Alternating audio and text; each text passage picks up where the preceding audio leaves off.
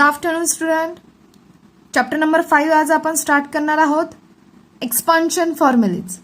Expansion formulas त्यातले काही formulas तुम्ही स्टँडर्ड 7 मध्ये स्टडी केलेले आहेत. तर त्याच्या पुढचे काही फॉर्म्युलेज आपण या स्टँडर्ड मध्ये पाहणार आहोत.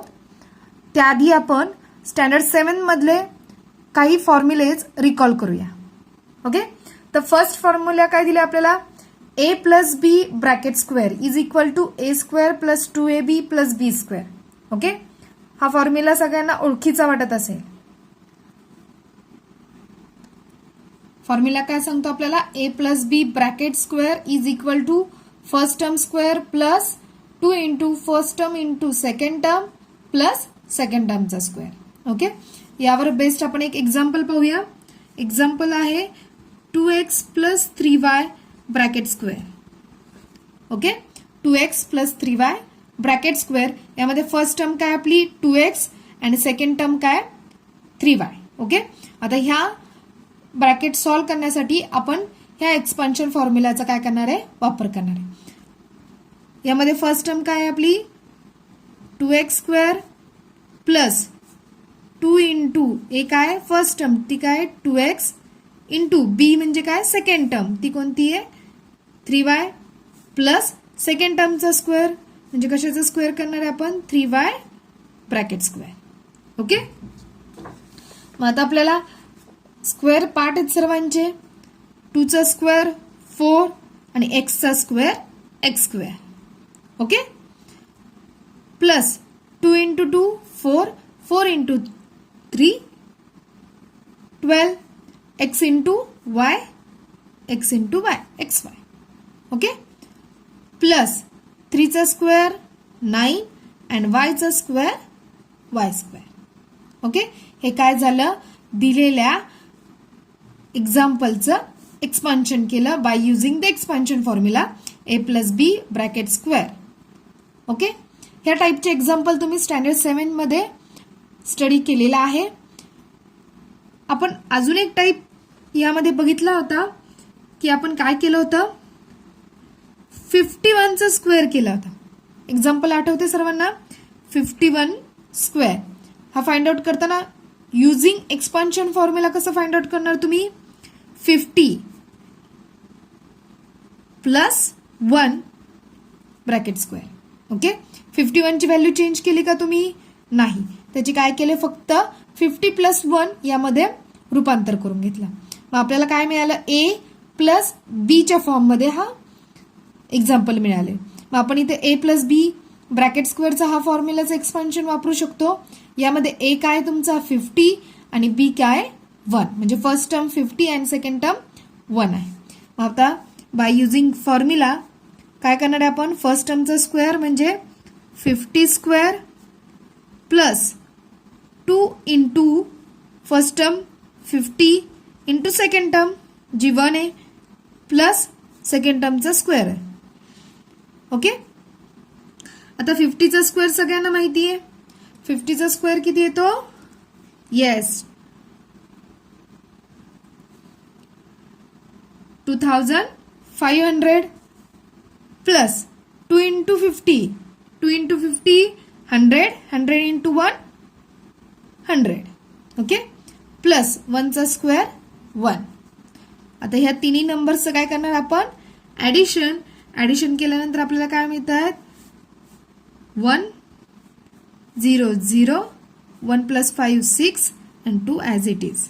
मग आपल्याला फायनल आन्सर काय मिळालं 2601. ओके. त्यानंतर आपण नेक्स्ट फॉर्म्युला बघूया. नेक्स्ट फॉर्म्युला काय आहे a minus B bracket square. Okay. Formula expansion काय आहे a square minus 2ab plus b square. Okay. आता या फॉर्म्युलाचा यूज करून आपण एक एक्झाम्पल सॉल्व्ह करूया. एक्झाम्पल आहे 5 x मायनस 4 ब्रॅकेट स्क्वेअर. यामध्ये फर्स्ट टर्म आहे तुमची 5x आणि सेकंड टर्म आहे 4. ओके. फर्स्ट टर्मचा square 5x bracket square minus 2 into first term 5x into second term 4 plus second टर्मचा काय करायचा स्क्वेअर करायचा. ओके. 5 चा स्क्वेअर 25 x चा square x square minus 2 into 5 10 10 into 4 40 आणि हा x ॲज इट इज खाली प्लस 4 चा स्क्वेअर 16. हे काय झालं आपलं एक्सपान्शन 5x मायनस 4 साठी. ओके. आता हेच एक्सपान्शन आपण 98 साठी सुद्धा करू शकतो. 98 चा स्क्वेअर करायचा आपल्याला. ओके. 98 चा स्क्वेअर करताना काय करणार तुम्ही 98 चं कन्वर्जन कसं करणार 100 मायनस 2. ओके. 98 म्हणजे काय 100 मायनस 2 ब्रॅकेटचा स्क्वेअर. व्हॅल्यू चेंज झाली का नाही. मग आता काय करणार आपण first term square 100 square minus 2 into first term 100 into second term 2 plus second टर्मचा स्क्वेअर. ओके. 100 चा square 10,000 minus 2 into 2 4 4 into 100 400 plus 2 चा स्क्वेअर 4. ओके. या नंबर्सचा जर आपण सबट्रॅक्शन करून घेतलं 10,000 मायनस 400 प्लस 4 तर आन्सर किती मिळतं आपल्याला 9,604. ओके. हे काय झालं 98 ब्रॅकेट स्क्वेअरचं आन्सर झालं. त्यानंतर आपण नेक्स्ट फॉर्म्युला पाहिला a plus B a minus B. Okay. फॉर्म्युलाचं एक्सपान्शन काय होतं a square minus B square. Okay. मग आता त्यावर आधारित एक एक्झाम्पल बघूया.